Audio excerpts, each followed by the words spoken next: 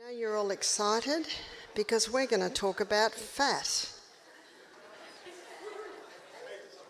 In Psalm 146 verse 3, the Bible says, "Put not your trust in princes." Who are the princes?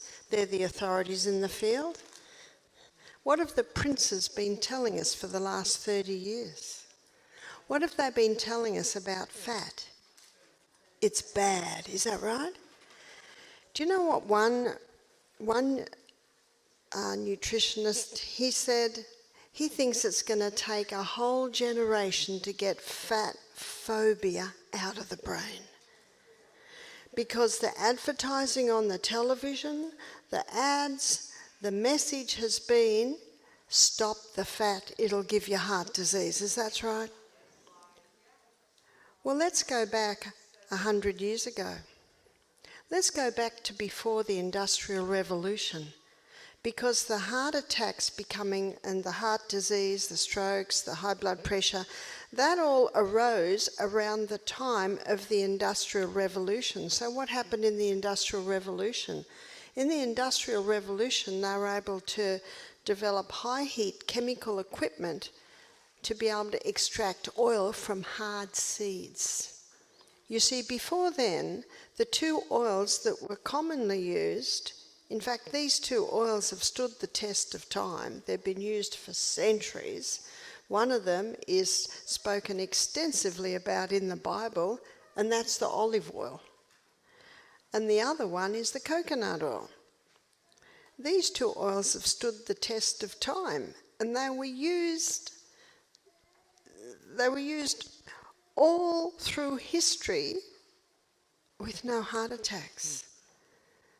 So what happened? We have to look at the timeline. It was when the oil started to be extracted from the hard seeds. And what I'm going to show you this evening is we're going to go to the molecular structure of the seeds, and I'm going to show you why that is so damaging. Now we're going to do a bit of chemistry here, but I don't want you to run out the door because I'm going to make it really simple.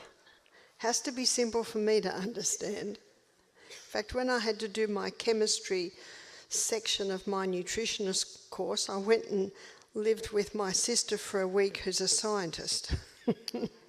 I needed help to understand chemistry. But when you understand the basic structure of the oil, you begin to understand how the body uses it, where the body uses it, and why the body uses it. So we're going to begin by looking at an oil that has become quite famous. It's called omega-3. Everyone's heard of omega-3. Omega-3 is called an essential fatty acid. Essential fatty acid, whenever you see the word essential, it means the body can't make it, you've got to put it in. And what are we told is the highest source of omega-3? Fish.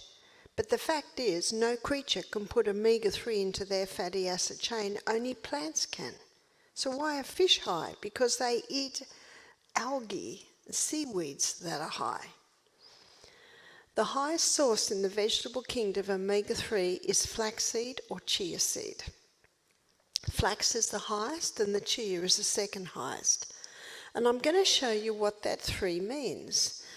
Omega-3 is an 18-chain fatty acids. So there's 18 chains or 18 links, and you'll see there's hydrogen atoms either side, and they're all joined in the centre by a carbon atom. What the 3 means is that the third carbon atom, so 1, 2, 3, there's a double bond. So instead of having 1 link, there are 2 links. And whenever you get a double bond, the 2 hydrogen atoms above go, and the 2 hydrogen atoms underneath develop an electromagnetic field between them and start repelling each other.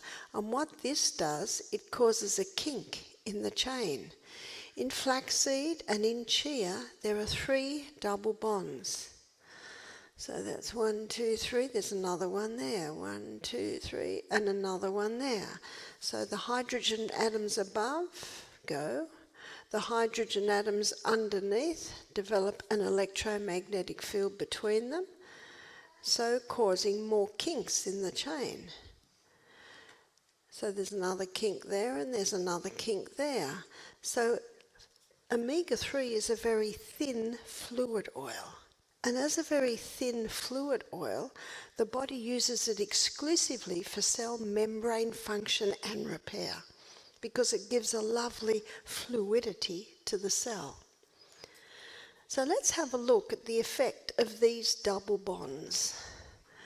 So the effect of these double bonds in the body, they create an electromagnetic field between them, and this is important because we are electrical people. There's a spark of electricity in every cell in the body, and this spark of electricity helps to maintain our electrical system.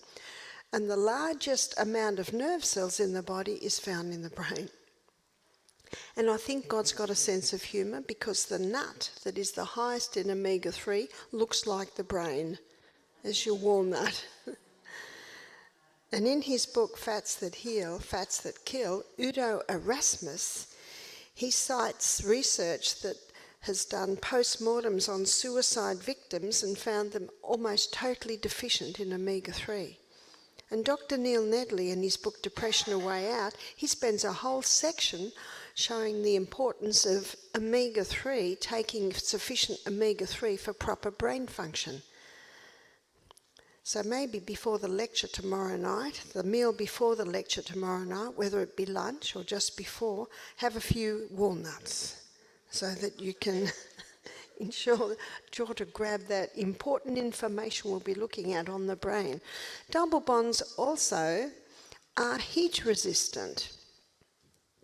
Sorry, they're not heat resistant, they're heat sensitive. And they are also oxygen sensitive, and they are light sensitive. Now what this means is that if the flaxseed is broken open, let's say it's ground, and it's put on a plate on the bench, the heat, oxygen and light are attracted into those empty spots and the oil goes rancid within an hour. And that's why if you buy flaxseed, don't buy it already ground up. It's useless. In fact, you just have to throw that in the compost bin. And yes, grinding it up is the best way to take it because you have the whole seeds. If you look in the toilet the next day, they're all floating around because it's very hard to chew every single one. So grinding them does help your body to access those essential oils, but it should be ground just before you eat it. Or ground, and if you don't just eat it all, put it in the freezer. Put it in the freezer in an airtight container because remember it is the heat, oxygen and light that are attracted into those empty spots, causing it to deteriorate quickly. But if you grind it and you eat it straight away, your body can manage heat better, your body can absorb more oxygen, and your body can absorb more vitamin D. It's a remarkable oil. And this oil is called a polyunsaturated fatty acid. What does the poly mean? More than one double bond. What does unsaturated mean? Unsaturated means that there are empty spots on the fatty acid chain. What about sunflower? Sunflower is high in omega-6. Now the omega-6 in sunflower is also an 18-chain fatty acid, 18 chains. And the 6 indicates the position on the fatty acid chain of the first double bond. So 1, 2, 3, 4, 5, 6, there's the first double bond. There are 2 double bonds in sunflower in omega-6. 1, 2, 3, another double bond there. So you've got hydrogen atoms here, hydrogen atoms along here and along here, and we've got 2 repelling actions, which means that this oil has 2 kinks in it. It's not as fluid an oil, but it is still quite a fluid oil.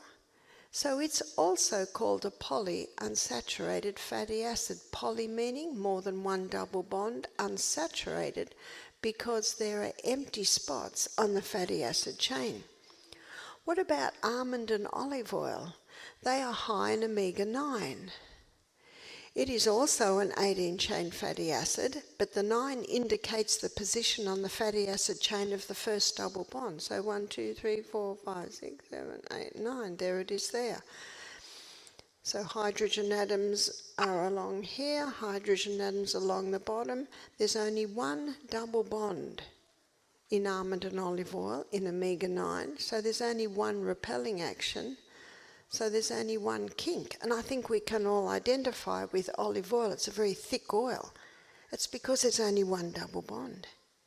So this oil is called a monounsaturated fatty acid. Mono because there's one double bond.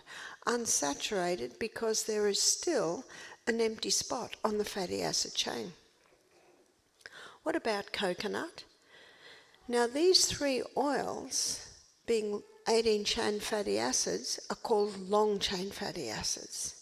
Whereas coconut, it contains medium and short-chain fatty acids. So medium-chain fatty acid would have 16, 14, 12 chains. Short-chain fatty acids would have 10, 8, 6 chains. We've drawn 10 there. So that's a short-chain fatty acid. And there are no double bonds. No double bonds in coconut, so every spot is full. And in the cold weather, on a day like today, the coconut oil is solid. So it's called a saturated fat. It's called a saturated fat because every spot is full. And because it's a saturated fat and every spot is full, this oil is heat resistant, oxygen resistant, light resistant. What a remarkable oil. So this is the most stable oil. So what's the best oil? Well, which body function are you talking about? Because the body uses them all.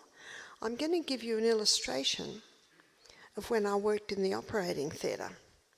When I worked in the operating theatre, we had surgeons, and our head surgeon would be omega-3.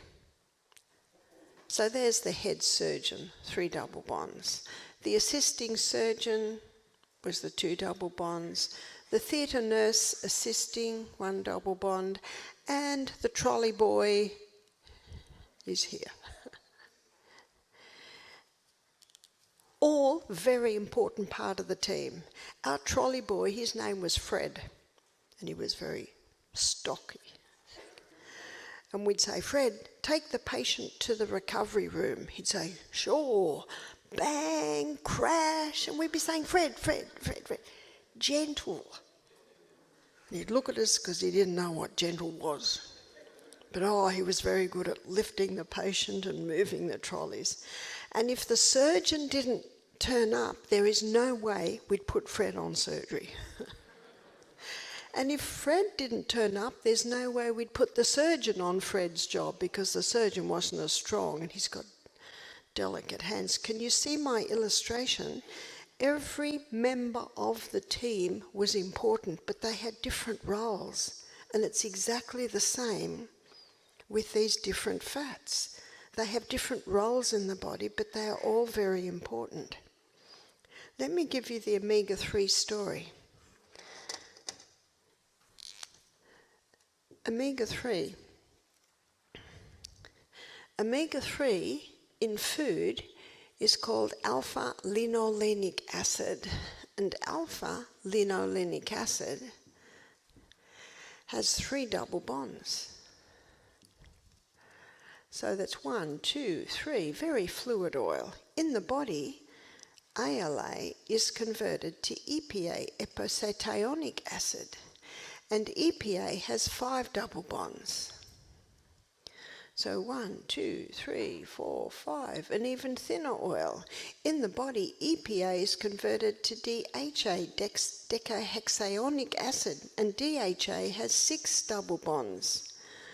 So 1, 2, 3, 4, 5, 6, very thin oil. And it is DHA that the body uses exclusively for cell membrane function and repair because it is such a thin fluid oil. Can you see that God designed us to get our DHA from these plant foods because in our body this conversion takes place?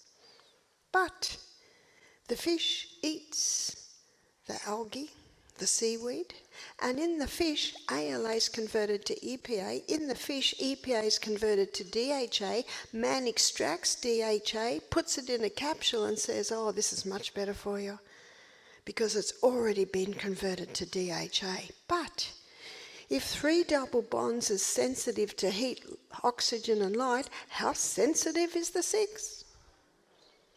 I question, can they extract that without any exposure to heat, light and oxygen? And the fish that are the highest in DHA are also high in mercury, dioxin. The state of our waterways is not a healthy place today. In fact, you contact the fisheries department and you'll find there's barely a fish today that is not contaminated with mercury. The bigger the fish, the higher the contamination, because mercury is bioaccumulative. It accumulates the bigger the fish gets. So if you like fish, make it a rare treat and go for your smallest. So that's the omega-3 story. Personally, I prefer to either have the ground flax or chia. Chia seed can absorb up to 25 times its own weight in fluid. So when you shake chia in a jar with some fluid, maybe it's water, maybe it's coconut water, maybe it's organic soy milk, but it makes a nice soft gel that you can pour over your breakfast. Great for ensuring that the bowels are regular too. How are these broken down in the gastrointestinal tract? Let me refresh your memory. We went on a journey the other day through the gastrointestinal tract. Here's the esophagus, here's the stomach, and the liver lives on the right side under your right ribs. Then there's the pancreas. Lining the gastrointestinal tract are villi. Let's magnify the villi and I'll show you what happens in there. So the villi up the middle has a lacteal, which is part of the lymphatic system, and this is the blood capillary network.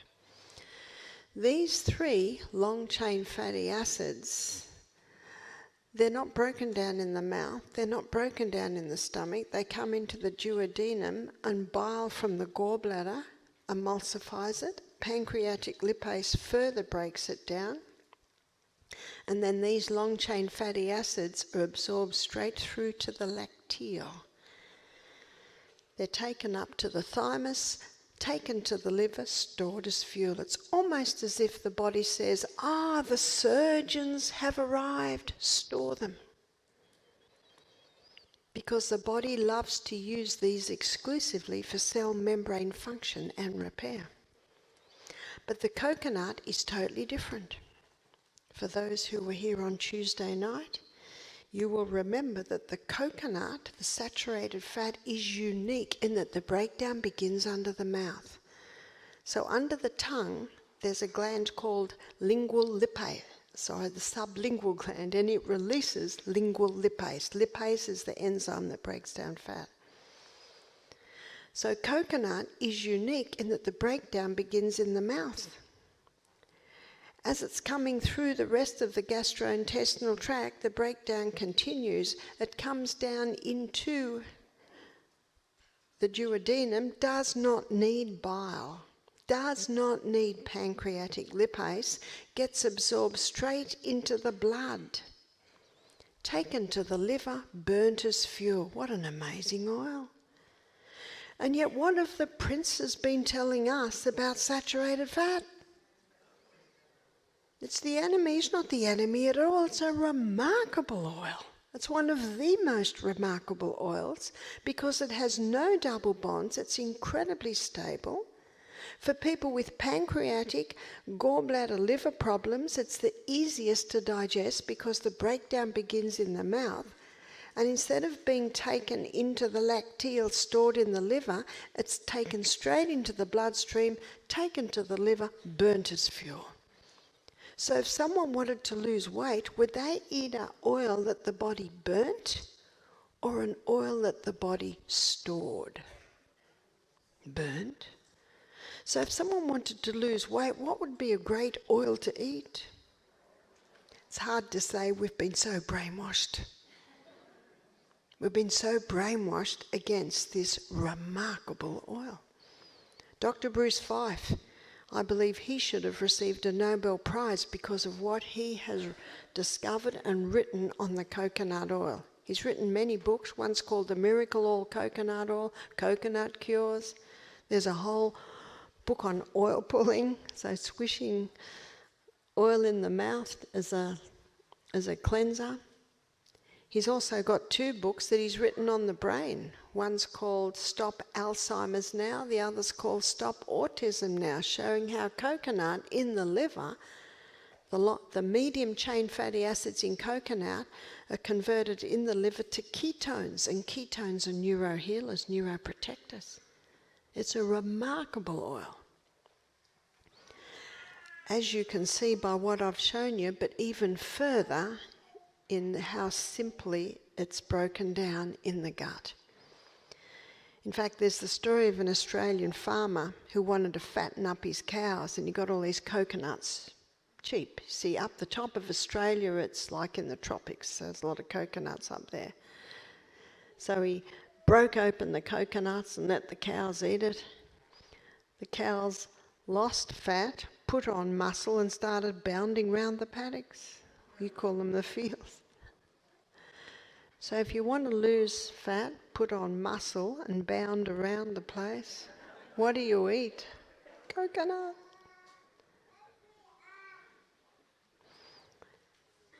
Let's look at planet Earth.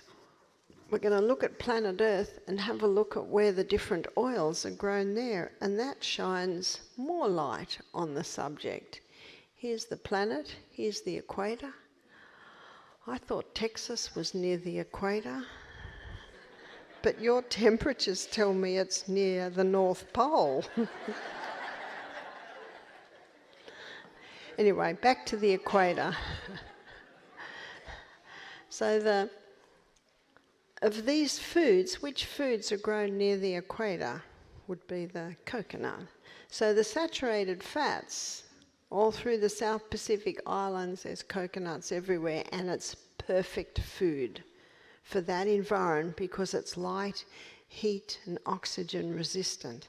But not only that, the coconut is high in some fatty acids. One's called caprylic acid, and caprylic acid is antifungal, antibacterial. There's capri acid, and there's also lauric acid. And all of these fatty acids have strong antimicrobial properties. So the coconut is perfect for that hot, moist environment, because often in hot, moist environments, that's where mold can tend to grow. But the fatty acids in the coconut are strong antifungals. So let's move up the planet and we come to the Mediterranean. And in the Mediterranean, that's where the olive and almond are mostly grown. So this is where you'll find foods highest in the omega-9. Coming up the planet further, more foods high in omega-6. Right up the top, more foods are high in omega-3. In other words, we should be eating the food that is grown in our area because it's perfect designed for our body's needs at that time of year in that area. And Udo Erasmus, the author of Fats That Heal, Fats That Kill, he gives the story of how they studied different plants grown in different areas. Now, one species of plant grown in the Mediterranean was very high in omega-9, but the same species of plant grown further up, it's higher in omega-6. Same species of plant grown right up the top, it's higher in omega-3. And he also tells the story of an American man who went to live with the Eskimos, and he didn't want to eat their diet. He took the SAD diet with him. What's the SAD diet? The Standard American Diet. And the Standard American Diet is usually totally deficient in especially the 3s and the 6s. And they found that within 2 months he was getting depressed and suicidal because the brain needs those omega-3s. And the traditional diet of the Eskimos is very high in the omega-3s because they eat seal and fish that are all eating the seaweeds that are high in omega-3. The seals eat the fish, so they're high in omega-3. And there's a disease, sadly, that's spreading around these northern countries called the SAD disease. It's called the seasonal affective disorder. And they're blaming lack of sun. There's never been sun. And yet the seasonal affective disorder didn't seem to affect people a couple of 100 years ago, because a couple of 100 years ago, the food people were eating is the food that's grown in their area. And the food grown in their area was much higher in the omegas. The fact is, it is the SAD diet that causes the SAD disease, because it's usually totally deficient in these essential fatty acids. Remember what essential fatty acid means? Whenever you see the word essential, it means body cannot make it. You've got to put it in. And that's why I eat chia seeds every single morning for my brain.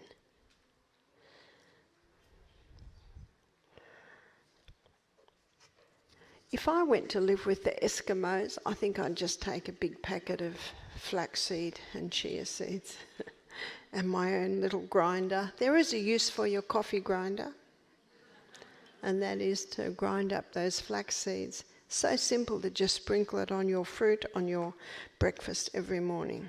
That's an easy way to do it. In Dr. Bruce Fife's book, Stop Alzheimer's Now, Stop Autism Now, it's about the 3rd chapter. It's called The Ketone Miracle. And he gives the history of the ketogenic diet. You've heard of the ketogenic diet? The ketogenic diet is a diet that is very low in carbohydrates. You see, it would have easily been over 100 years ago, maybe about the early 1920s, that a group of doctors were fasting their epileptic patients. And they found their seizures reduced, because when you fast, your body starts breaking down your fat stores. And those fat stores are broken down in the liver. And the liver converts it to ketones. And ketones, they have found, are neuroprotectors. What does neuroprotectors mean? Protects nerve cells. But they also found that they were neurohealers, even being able to heal the nerve cell. See, when you look at the nerve cell, basically looks like this. Every cell in the body, the membrane around it is 50% fat, but when it gets to the brain cell, there's a little fatty sheath that covers the arm that comes out of the nerve cell, and what that does is that adds an extra 20% fat. So what that means is the brain cell is 70% fat. It's the fattiest organ in the body. And this fat-free diet that people have been told to have for the last 30 years, big contributing factor to the neurodegeneration we're seeing. In Australia, every week 1,700 cases of Alzheimer's is being diagnosed. Gee, 100 years ago there was nowhere near that happening. It's got a lot to do. It's not the only cause. And tomorrow we'll look at a few more causes tomorrow night when we go to the brain. But it's a big contributing factor. The brain also loves fat as fuel. Let me show you why. Glucose, it burns at 4 calories per gram. Whereas fat, it burns at 9 calories per gram. What is a calorie? A calorie is a unit of energy. So fat gives more than twice the units of energy when it's burnt compared to glucose. And our brain cells, it consumes 15 times the fuel of any other cell. And that's really how the ketogenic diet works. So back to the 1920s, when these doctors put their patients on the well, they fasted them at first, but of course you got to eat. So they came up with a diet that mimicked the effect of fasting. So this diet was high fat. And what that fat does, it breaks down in the liver to ketones, and ketones are neuroprotectors, neurohealers. And what they found is that with many of their patients, some, the seizures stopped, some of them greatly reduced. But it was very hard to stay on the ketogenic diet. Here's a breakfast on a ketogenic diet: 6 eggs, 4 rashers of bacon, and a great slab of butter. Now, a lot of people found it very hard to keep up that very, very fatty, rich diet. And in his book, Stop Alzheimer's Now, Dr. Bruce Fife, he comes up with the coconut ketogenic diet. So what's the coconut ketogenic diet? The coconut ketogenic diet is very low carbohydrates. That's almost no grains. High fibre. So mostly vegetables, because the vegetables are low in sugars. Generous proteins. Now he suggests meat and eggs, whereas I suggest legumes, nuts and seeds. Because the legumes, nuts and seeds are very low, medium to low in carbohydrates, and also healthy fats. But what Dr. Bruce Fife suggests is supplementing with the coconut oil. He suggests having a teaspoon of coconut oil every meal and building up to 4 teaspoons of coconut oil every meal. And in his book, Stop Alzheimer's Now, he has stories of people who, if it's caught at the right stage, they were able to reverse Alzheimer's. That's quite remarkable. And you can see why the ketogenic diet works, because the brain is the fattiest organ in the body, and the brain loves burning fat as fuel because it's going to give more than twice the units of energy. So in Stop Alzheimer's Now, it's not just about Alzheimer's, it's about multiple sclerosis, Parkinson's disease, dementia, Huntington's chorea, all cases of neurodegeneration in adults. Stop Autism Now is not just about autism, it's about all neurodegeneration in children. So this is hyperactivity, attention deficit syndrome, yes, autism, but also epilepsy. And the same thing, low carbohydrate, high fibre, generous protein, and supplementing with the coconut oil. Now you can go to Netflix. There's a movie called First Do No Harm. First Do No Harm is the first part of the Hippocratic Oath that doctors take. That's the name of the movie, First Do No Harm. Meryl Streep acts in it, so it's very well done, and I think it was made in the early 90s. And it's a true story about a little boy who started having seizures at the age of 5. Meryl Streep's the mother, so of course straight to the doctor, put him on medication, but he started jumping off the roof and doing crazy things, so they changed his medication. Then he just was like a zombie, just sat all day. And then he really started having seizures, so they took him to hospital, and in one scene in the movie, the little boy's having a seizure, and the doctor said to the nurse, quick, he had to go and get a medication. And they had to give it to the child anally because his teeth were clamping. So the nurse is running, and he's got to little polystyrofoam cup with the medicine in it, and before he gets to the doctor, the medicine has eaten away the polystyrofoam cup. And Meryl Streep, the mother, is looking at this, shaking her head. She tries to take him out, but she's caught. She cannot leave the hospital. So she goes to the library. Today we'd Google, is that right? And she looks at the history of epilepsy and she discovers the ketogenic diet, because it was in the early 1900s that doctors were first experimenting with this, with amazing results. So she goes to the doctor. Now what they're about to do is they're about to cut the top of this little boy's skull off to do some more testing.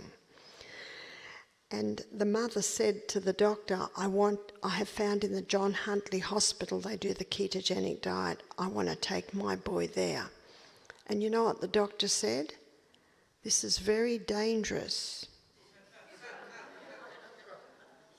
The ketogenic diet is dangerous? What could be more dangerous than cutting the top of his skull up? What could be more dangerous than inserting a medicine that dissolves a polystyrofoam cup? Anyway, the doctor agreed as long as she found a doctor that would escort her there. Do you know, as soon as she gets to the hospital, the doctor takes that child off all medication and they put him on a ketogenic diet. And I think the first meal, it was breakfast, was 2 eggs, 2 rashers of bacon, sliced tomato and some spinach. Now, if you were going to give that a plant-based diet, it'd be half a cup of lentils, an avocado, sliced tomato and spinach, and a handful of nuts. Can you see how you can do it on a plant-based diet? And a spoonful of coconut oil. And the nutritionist in the movie is the nutritionist in the John Huntley Hospital. She looks like she's about 90. And at the end of the movie, it tells you, who are the actors. And a lot of the actors in the movie were, as children, now they're teenagers, who had epilepsy, went on the ketogenic diet, and they're now seizure-free. So it's a fascinating movie, and just you are confronted with the difference between the medical treatment and using dietary procedures. You Google the ketogenic diet and you can see that. What Dr. Atkins found, and we all know Dr. Atkins' fame, and his diet back in the 80s was very low carb, high fibre, generous protein and great fats, and he did it for weight loss. He was getting incredible results, but he also found that his epileptic patients were coming off their medication because it was basically the ketogenic diet. And we have found that this ketogenic diet, using a plant-based diet, very low carbohydrates, high fibre, generous proteins and great fats, we find it's helping people to conquer their diabetes. Because the high carbohydrate diet is what really causes spikes in the blood sugar levels. We're also finding, and we looked at it last night, this rings true of the cancer conquering diet, which we looked at gets the sugars right down, and that again is low carb, high fibre, generous protein, great fats. Personally, this is the diet that I eat. I eat very low carbohydrate, I eat a lot of fibre, I have usually legumes every meal, breakfast and lunch, because legumes are very low in carbohydrates. And I usually have nuts and seeds every single meal. And I put olive oil on everything. Well, I don't put it on my fruit, but I certainly put it on my baked potato at lunchtime today. Why do I eat a diet like that? I just love what it does. I sleep well. I have heaps of energy. the weight just stays the same. You know, the Bible says in 1 Thessalonians 5:21, prove all things and hold fast to that which is good. Who do we prove it to first? Ourselves. And if it works, do it. And remember those little formulas I gave you in the last lecture. Look at your history. Your symptoms are your body telling you where you need help, and then you watch the response. So that's proving all things. Prove it. See what it does. Because your body can tell you what no man can tell you. So I trust I have convinced you that fat is not the problem.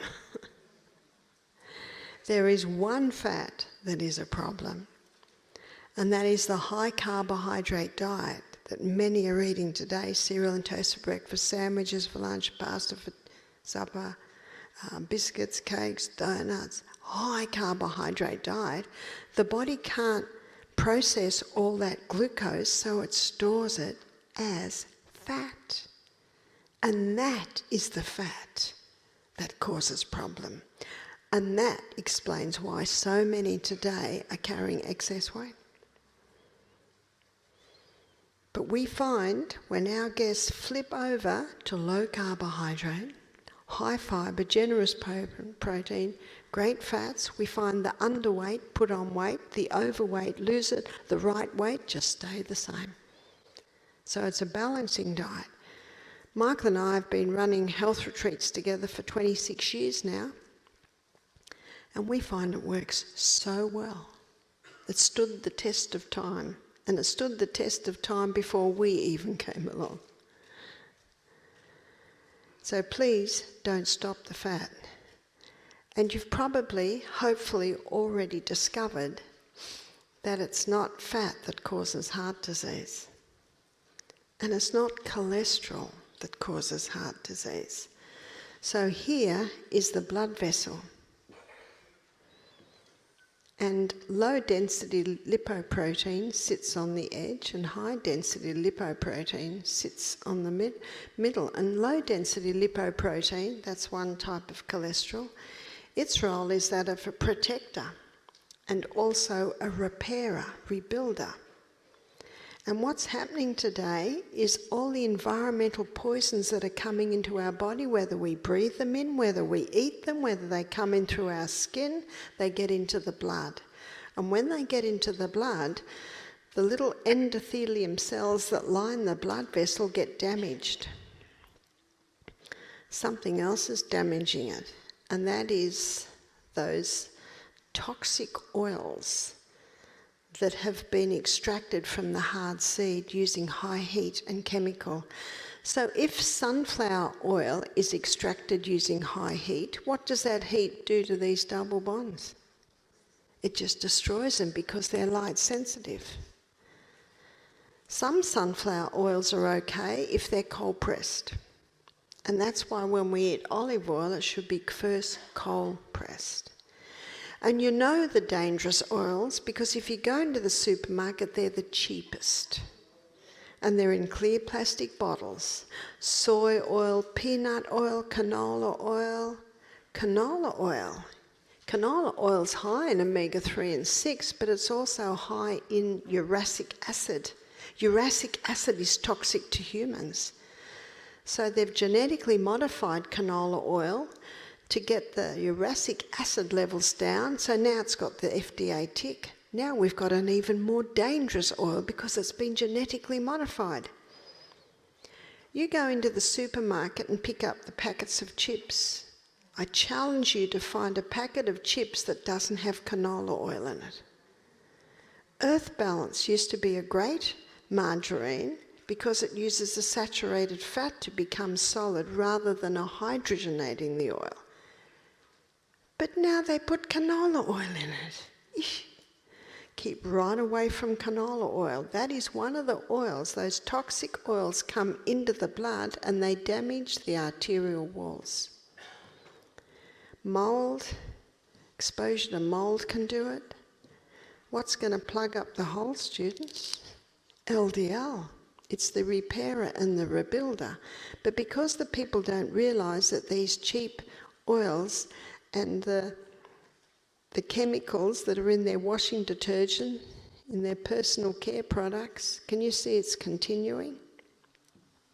To blame cholesterol to heart disease is like blaming the fire trucks for the fire. Well, they must be causing it. They're always there. Have you noticed? It's that same reasoning. And when I was in Living Springs a few years ago, at a retreat there was a nutritionist. She was 69. She said, I've got the advantage of being in university 40 years ago. And she said to me, 40 years ago, a cholesterol level of 300 was perfectly fine. So if 40 years ago a cholesterol level of 300 was perfectly fine, I'd like to suggest to you it's perfectly fine today. And what are we told? We're told that you can't go above 190, is that right? And if you go above 190, what are you told? You've got to go on cholesterol-lowering medication. Are you ready for the side effects of cholesterol-lowering medication? Alzheimer's, dementia, muscle wasting, memory loss, and they've just added another one, breast cancer, because our sex hormones are made from cholesterol. In my book, Sustain Me, I have a chapter called Love Your Heart with All Your Heart. And in that chapter, I look at heart disease, strokes, high blood pressure. And at the end of the chapter, I quote the books. Let me quickly give you a list of the books. The Great Cholesterol Con by Dr. Malcolm Kendrick. He's a cardiovascular surgeon. The Great Cholesterol Lie by Dr. Dwight Lundell. He's another cardiovascular surgeon.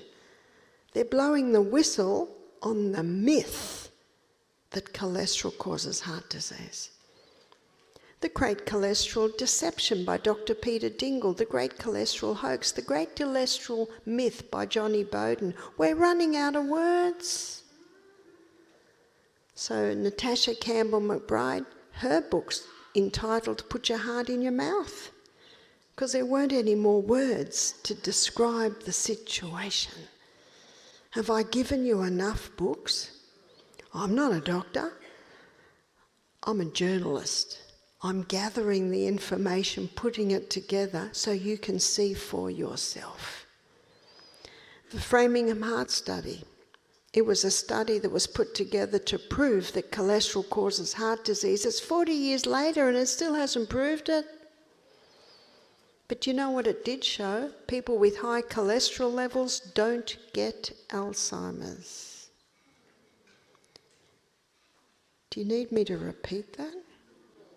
Do you need a moment's silence to digest it? Why don't they get Alzheimer's? Because the fattiest organ in the body is the brain, and it loves fat as fuel. Depriving the brain of fat is a disaster. If someone's on a fat-free diet, on cholesterol-lowering medication, got a mouthful of mercury fillings, because mercury damages this myelin sheath,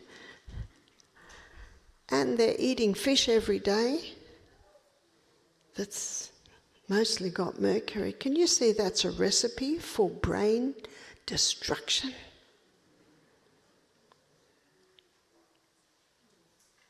If you are on cholesterol-lowering medication, you can stop immediately.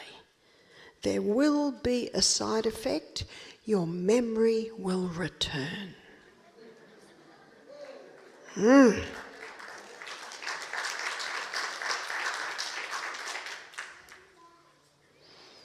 Don't just believe what I say, search it out.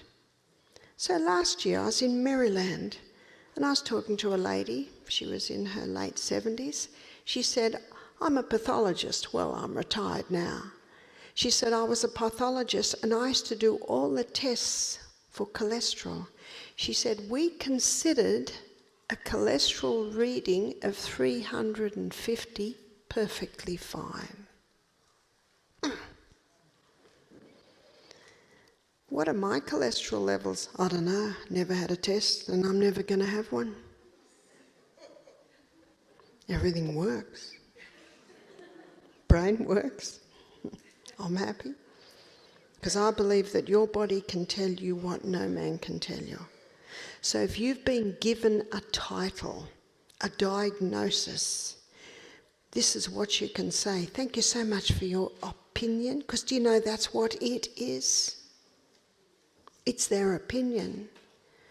And take the script or whatever they give you, and you say, I'm going to seriously consider this, smile and leave.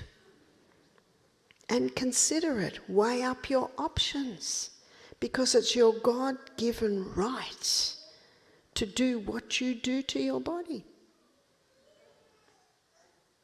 No wonder the Bible says, put not your trust in princes, neither in the Son of Man, in whom there is no help. His breath goes forth, he returns unto his earth. In that very day his thoughts perish. He's just a man or just a woman, just like you and me. The next verse, verse 5 says, happy is he that has the God of Jacob as his help, whose hope is in the Lord his God, that made heaven, earth, sea, and all that in them is, that keeps truth forever. And that's what I'm interested in, is truth. Because truth just keeps going. And you can throw the book at it, you can throw mud at it, you can throw bombs at it, but it doesn't stop truth. And what I'm telling you here is truth. And you can suss it out. And please contact me if you find it isn't. But what I present to you, I've searched and I have looked at many different avenues on this. I've looked at history, I've looked at science, and truth will always come together. It will not contradict. So fat's important. Please keep it up. And I'd like to have a look at some questions now.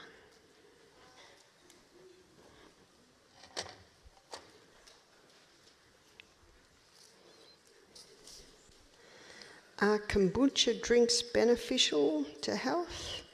Yes, kombucha drinks contain Lactobacillus acidophilus, which is great for your microbiome. The only time I wouldn't drink it would be if it had refined sugar in it. What is a good natural remedy for someone that lives with constant boils and cysts? It's taking a toll on their everyday lifestyle. Well, I would immediately check whether that person is keeping all the laws of health. Are they drinking adequate water? Is there something in their diet that is not sitting well with them? Have they got exposure to any molds or chemicals? And it may be beneficial for them to do a 1 or 2 day fast.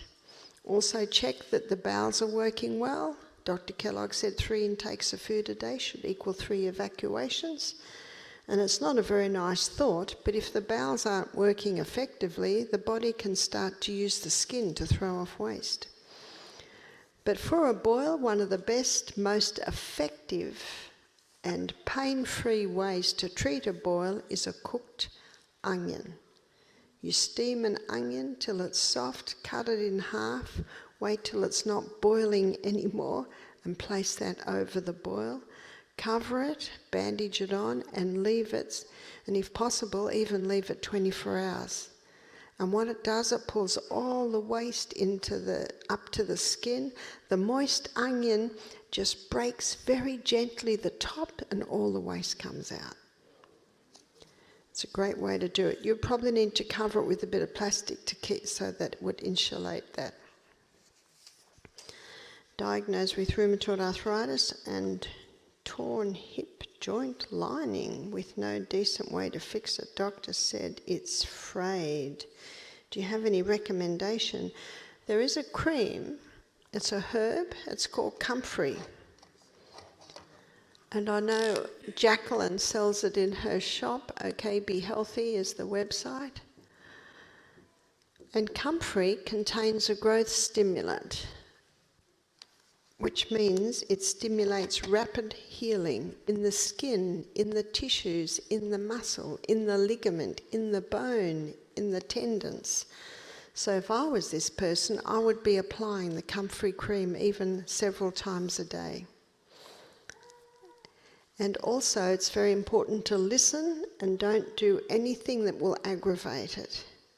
So maybe swimming would be the best exercise. And sometimes if the person's carrying excess weight, it can compound the situation. And one of the best ways to lose weight is to drop the carbohydrate load right down, high fibre, great proteins, a few fats, and eat most of the food at breakfast and lunch. And also taking the turmeric supplements, which gets the inflammation down, and wearing castor oil compresses on this area. You can buy packs with Velcro strips to hold it in place. What can be used instead of antibiotics? One would wonder why you would need antibiotics. One mother said to me, my child has to take antibiotics, they've got strep throat. I thought, where did this strep throat come from? When our kids were little, we called it sore throat. Yeah. And the mother said, I have to give antibiotics because the doctor said it could go to her brain. I said, what? We never gave our kids antibiotics for a sore throat, and it never went to the brain. And I had sore throats as a child. Can you see fear? There is no need for that. And if my child had a sore throat, I never took him to the doctor. I never took him to the doctor for anything. They're all still alive too, by the way. Do you know if a child has a problem and you apply a natural treatments and they get relief, what's the body saying? Yeah, this is good. Sometimes you might go and get an opinion, but then you'll always go and look at what else is to offer. A man just texted me and his little 9-month-old baby had some rashes on the legs. Took him to the doctor. The doctor gave prednisone. Yeah, 9-month-old baby. Yeah. No need. There is no need. And why did that family do that? Fear. I said, you know, that rash will pass in a couple of days.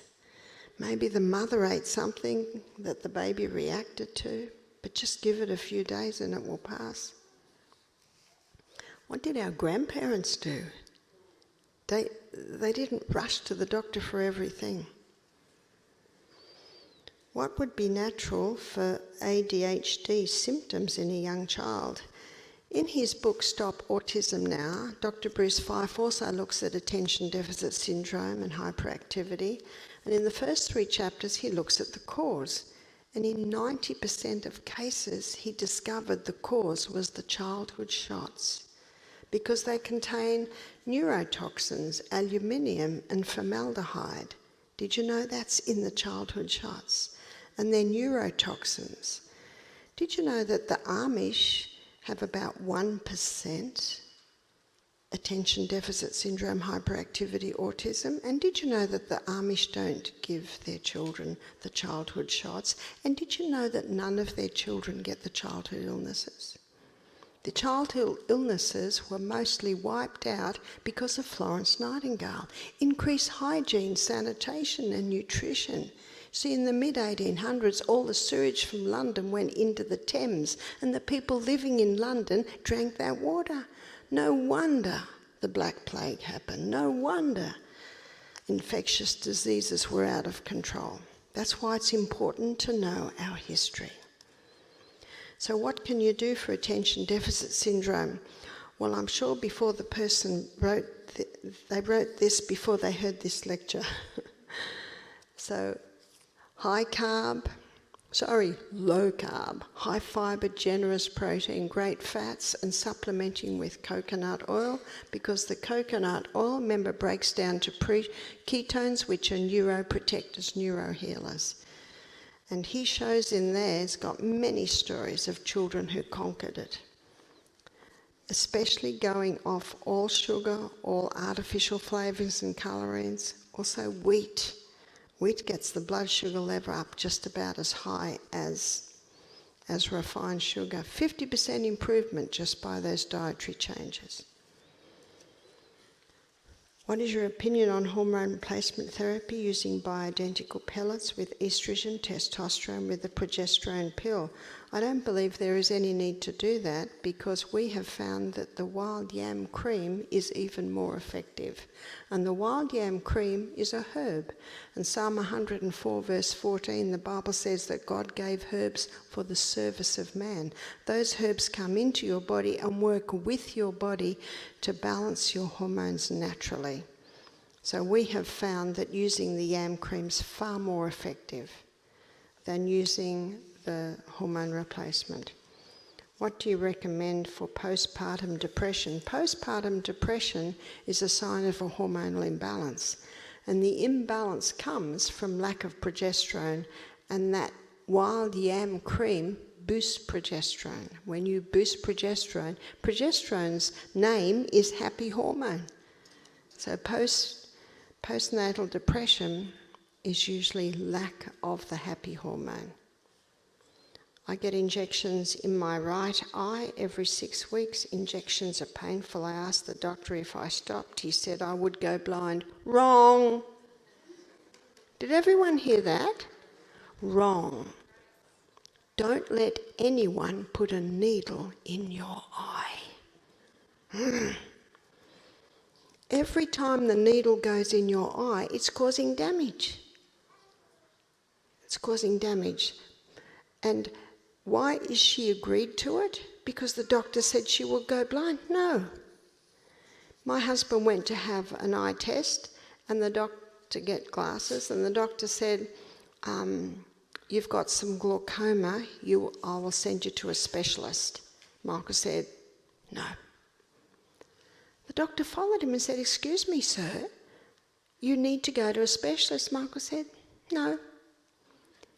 And Michael got to the door and the doctor said, do you want to go blind? And Michael said, no. 3 years later, Michael's not blind.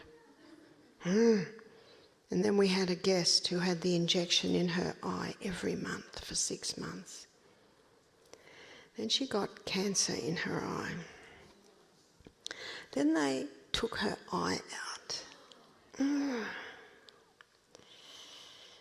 What do I suggest? Castor oil in the eye. One lady says, is it safe? Has anyone ever said to the doctor, is the injection safe? People have been putting castor oil in their eye for centuries. In my book, Sustain Me, there's a chapter on the eye. So I've got some good news. You don't have to have any more injections in the eye. And I do not believe you will go blind. I have chronic leg cramps at night. What causes it? Is there a remedy? Often it's caused from my magnesium deficiency, and unfortunately caffeine leaches the magnesium out of our body. You can buy topical magnesium oil and rub it into the legs. You can take magnesium by mouth. You can have a hot Epsom salts bath before you go to bed. But it's also important to exercise the legs through the day. Rebounding on the trampoline or exercise bike really works the legs. And that will help not to have the night cramps. What causes a woman to miscarry her baby the same time during pregnancy? 11 weeks into pregnancy. It is lack of progesterone. And it is the contraceptive pill that causes that displacement of progesterone. Progesterone is the hormone that binds the molecule of the fetus to the lining of the uterus. So I would strongly recommend that this lady start applying the wild yam cream. Can you take the wild yam, can you apply it if you fall pregnant? You can, because it's progesterone levels that rise in pregnancy. In fact, my daughter, she applied the wild yam cream all through her pregnancy. Please explain what causes vertical ridges in my nails, how to get rid of them. It's usually because the colon's not evacuating as well as it should. You mentioned tonsil stones and lymph. How do you get lymph to drain? One of the best lymph drainers or stimulator of lymph movement is the little rebounder, the little mini trampoline. So when you jump on that mini trampoline, you are pumping your lymphatic system. But usually when the tonsils are raised or developing stones, it's an allergy. So it can be an allergy to wheat, dairy, oats, peanuts, refined sugar. They are the most common allergens. And also, very important, not to mouth breathe, only nose breathe. Are mushrooms good for our health and for us? Well, I don't mind mushrooms, but if I had a yeast problem, I'd keep away from mushrooms. Can you do Lugol's if you are hypothyroid? You can. Lugol's solution is iodine, and if you apply the iodine to your skin, the body will only take what it needs. In my book, Sustain Me, I have a chapter on the thyroid, and I quote Dr. David Branstein. He wrote the book Iodine, Why You Need It and Why You Can't Live Without It, and he shows that hyper and hypothyroid are both iodine deficient. Eczema in babies. Eczema in babies is an allergy. Unfortunately, many babies develop eczema after the childhood shots. Sometimes babies develop eczemas because it's in the genes from maybe father or mother. But if the mother stops dairy, wheat, oats, peanuts and refined sugar, the baby's eczema will clear up. I have seen it again and again and again and again and again. Once the mother stops those 5 allergen foods, it can take at least 2 months for the baby to be totally clear of eczema. But I have seen it many times. What can you do to help with carpal tunnel in your wrist? Wear castor oil compresses every night. Just get into the habit of putting them on every night. And that castor oil will penetrate deep and break up and open that carpal tunnel. What can you do to help with the elasticity of the skin? Keeping well hydrated keeps the skin soft. You know, our massage therapists tell us that they can tell how hydrated a body is by the way the skin moves when they massage the body. But also implementing high-intensity interval training. Daily exercise increases the circulation of the blood to the skin, which keeps the skin nice and supple. Is type 1 diabetes reversible? Both sides of the family have it. How much are they applying to genetics now? Only 5%. We have seen type 1 diabetes conquered. I saw it in a 62-year-old man. I saw it in a 15-year-old man. I can't promise it, because much depends on how serious it is, much depends on how diligent the person is to do what you've got to do to conquer it. But I have always seen an improvement, and the improvement comes from the dietary and lifestyle principles that I have outlined in Sustain Me. In the back of the diabetes chapter, I have included the story of the 15-year-old young man who conquered his type 1 diabetes. He was taking 90 units of insulin a day, and within 2 weeks he was down to 10 units of insulin a day. That's pretty impressive. What are your thoughts on eggs as a protein source? I think if you can get organic, free-range eggs, I think they can be used as a protein. I leave it to the person. But if you do eat eggs, I think they're too dangerous to eat unless they are organic, free-range. I have post-COVID asthma. What can I do to get better? On a lot of meds now to help me breathe. In my book, Sustain Me, I have a chapter on respiratory, and I show you what you can do to conquer asthma. The medications will not heal you, and often the medications can contribute to even making it overall worse. So I would First of all, implement the lifestyle and dietary changes I recommend, and there are essential oils and herbs and breathing patterns that you can implement to help conquer asthma, and then you should be able to ease off the medication.